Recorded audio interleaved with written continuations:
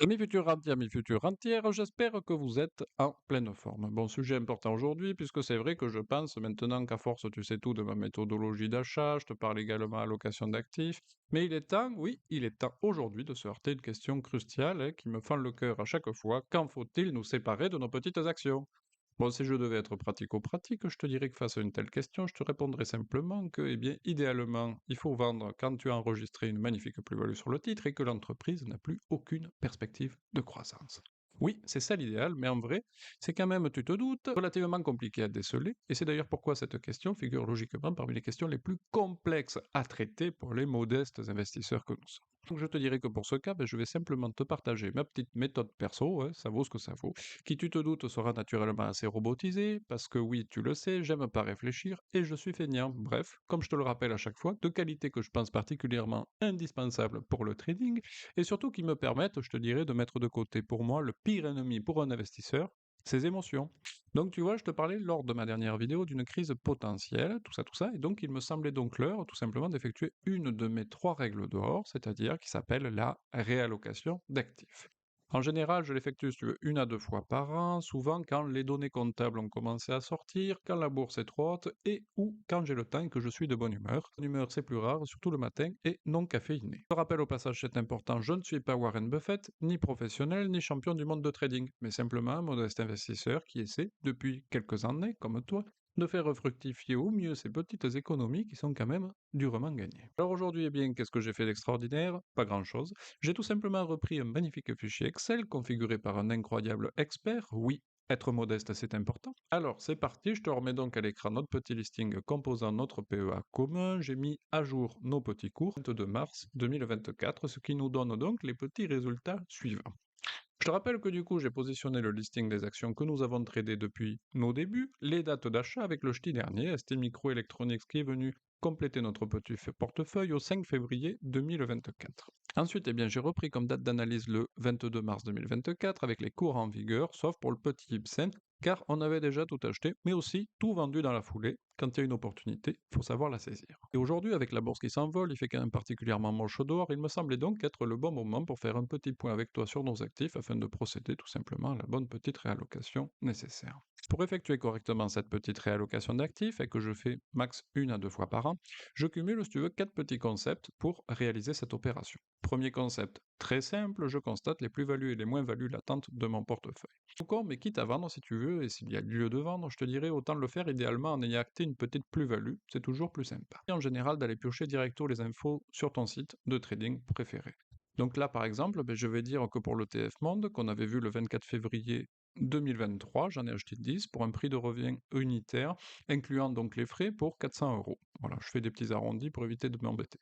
Cela me donne donc une valeur d'achat dans mon portefeuille à l'achat de 10 titres fois 400 euros, soit 4000 euros. Et ce petit processus, je vais naturellement le faire pour l'ensemble des titres. Notez également que tu vois dans l'exemple, je reste sur des trades, notamment pour les actions, aux alentours des 500 euros, mais jamais plus à l'achat, comme à la vente d'ailleurs, car je ne sais pas si tu te rappelles, on avait fait une vidéo ensemble où je t'avais expliqué que moi, chez Boursorama Banque, mes conditions personnelles tarifaires font que si je trade proche de 500 euros, j'y gagne un peu, puisque c'est des frais fixes en dessous de 500 euros. Une fois que c'est OK pour ce point, ben, je vais tout simplement reconstituer la valeur de mon portefeuille avec les cours actuels, les cours de mon analyse, quoi. Donc moi, j'ai fait ça au vendredi 22 mars 2024 au soir, c'est tout frais. Et donc pour l'exemple, si je reste toujours sur notre petit ETF, Monde, eh bien 10 titres fois 498,76 euros, son cours au 22 mars, eh bien on serait sur du 4988 euros.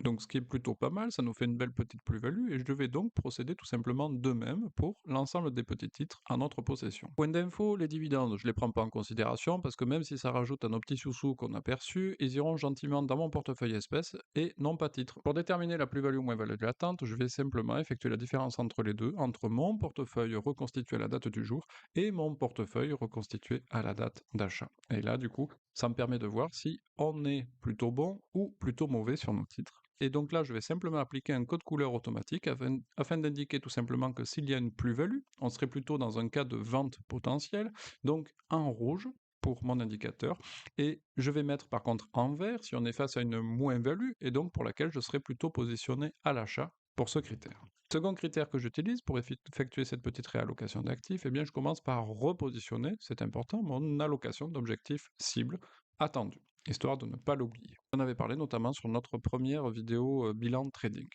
Je la repositionne car en plus je t'avouerai d'être fainéant, bien figure-toi que j'ai la mémoire d'un poisson rouge, donc c'est important. Donc une fois que nous avons reconstitué notre petit portefeuille jour, qu'on a remis en évidence l'allocation d'actifs qu'on voulait, eh bien on va tout simplement faire le montant total de notre portefeuille jour, soit 11 163 euros, et on va répartir par rapport à nos différents actifs. Donc pour notre petit ETF Monde par exemple, eh bien je vais simplement faire 11 163 euros multiplié par 40%, notre fameuse allocation cible, pour notre TF Monde, et donc cela me donne le magnifique 4465 euros. Donc au final, ben, j'ai un écart par rapport à mon allocation qui est donc de 522 euros de trop dans mon portefeuille actuel par rapport à ma cible. Et donc pour moi, si j'en ai trop dans mon portefeuille, c'est donc un indicateur à la vente, il faut que je le positionne naturellement en rouge. Et je vais procéder de même pour l'ensemble des actifs que j'ai tout simplement dans mon petit portefeuille. Donc eh bien ici, naturellement, on reblotte en rouge les ventes qu'on aurait effectuées pour respecter notre objectif d'allocation cible et inversement en vert les achats complémentaires que nous aurions potentiellement à effectuer. Troisième critère, là tu es un grand habitué, même si c'est un petit peu long à reprendre, eh bien je reprends tout simplement chacun des titres composant notre petit portefeuille et je réanalyse les analyses qu'on a fait précédemment avec les nouveaux chiffres qui seraient sortis à tout hasard. Et figure-toi qu'en cette période, généralement, si tu veux, les rapports financiers sont de sortie, et donc puis naturellement avoir grand plaisir à décortiquer tout cela afin de mettre à jour notre petit fichier Excel d'analyse habituel. Et donc, tu sais qu'à l'achat, nous veillons toujours à conserver 6 indicateurs sur 8 avant de prendre toute position sur le titre. Eh bien, nous nous apercevons que pour de nombreux où nous avions bien 6 indicateurs sur 8, il y en a pas mal qui se sont plus ou moins fortement dégradés et qui ont pris de belles baffes. On déduit de ces indicateurs mon incroyable code couleur, donc si c'est moins de 6 indicateurs, je souhaite m'en séparer. Donc ça tire vers le rouge naturellement, et si on conserve au moins 6 indicateurs minimum sur 8, je veux tout simplement acheter le titre ou me renforcer. Et donc c'est en vert pelouse. D'ailleurs, en parlant pelouse, il faut que je m'en occupe incessamment sous peu. Quatrième et dernier critère, si tu es encore là, c'est que tu es un champion ou une championne, franchement. Et donc là, c'est facile. Je vais sur la fiche valeur dans Boursorama, dans l'onglet consensus, et je recherche tout simplement l'analyse des analystes. C'est rigolo ça.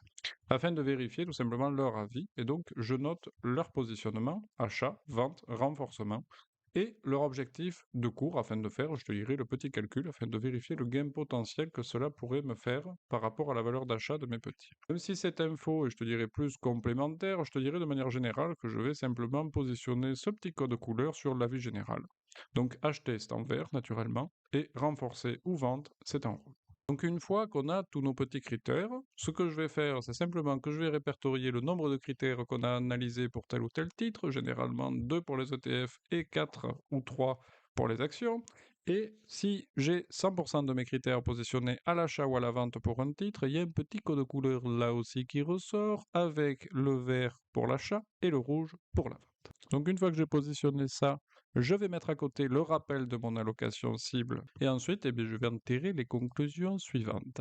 Donc au final, pour statuer, si j'ai deux mêmes codes couleurs pour un même titre, si tu veux, eh bien j'applique en général la réallocation d'actifs plus ou moins correspondante. Donc là, je te dirais par exemple aujourd'hui, il y a deux évidences et deux plus mitigées. Deux évidences avec déjà tout en haut là-haut, tu vois le TF Monde où j'ai deux critères au global, deux qui sont positionnés sur la vente, donc deux rouges, et une réallocation d'actifs qui me dit également d'en vendre. Donc là, je vais très certainement prochainement positionner une petite vente à 500 euros. Elle est issue tout simplement de nombreuses plus-values qu'on a fait depuis l'achat de ce titre.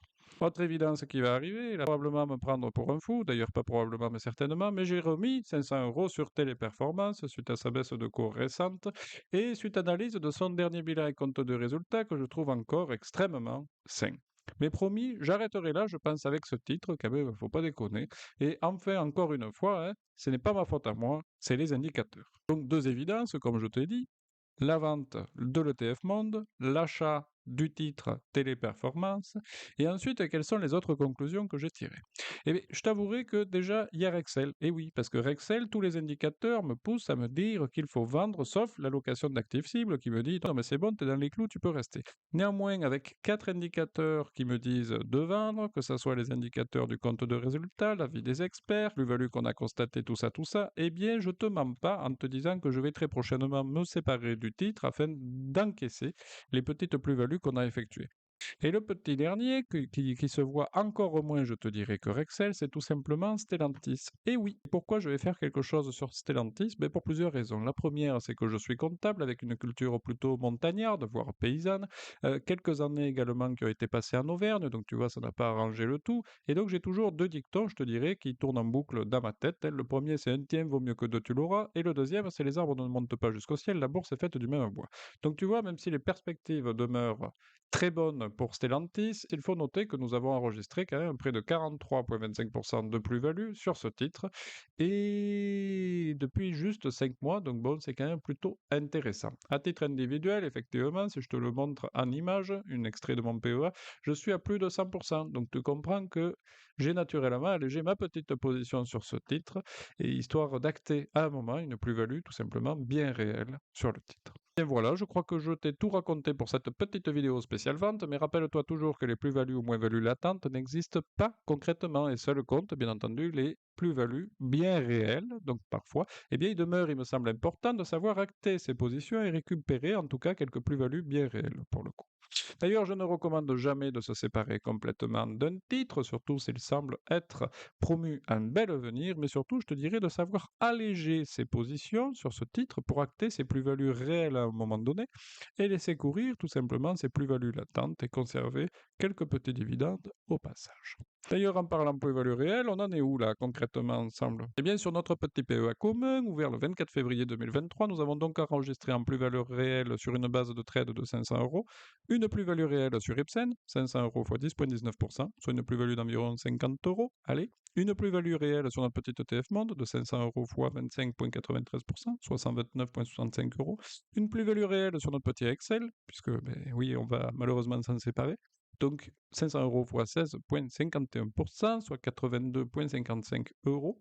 Et une plus-value réelle sur notre magnifique petit Stellantis, 500 euros x 43,25%, soit 216,25 euros suite à la session complémentaire que nous venons de faire. Donc au final, à ce stade, nous sommes à 478,45% de plus-value bien réelle provenant de notre petit portefeuille PEA dans 10 000 euros de base. Et bien voilà, je crois que je t'ai tout raconté sur ma manière de procéder 1 à 2 fois par an à une petite réallocation d'actifs. Et rappelle-toi quand même cette petite citation, il vaut mieux un chèque dans la main qu'une cote sous les yeux. À bon entendeur. Salut!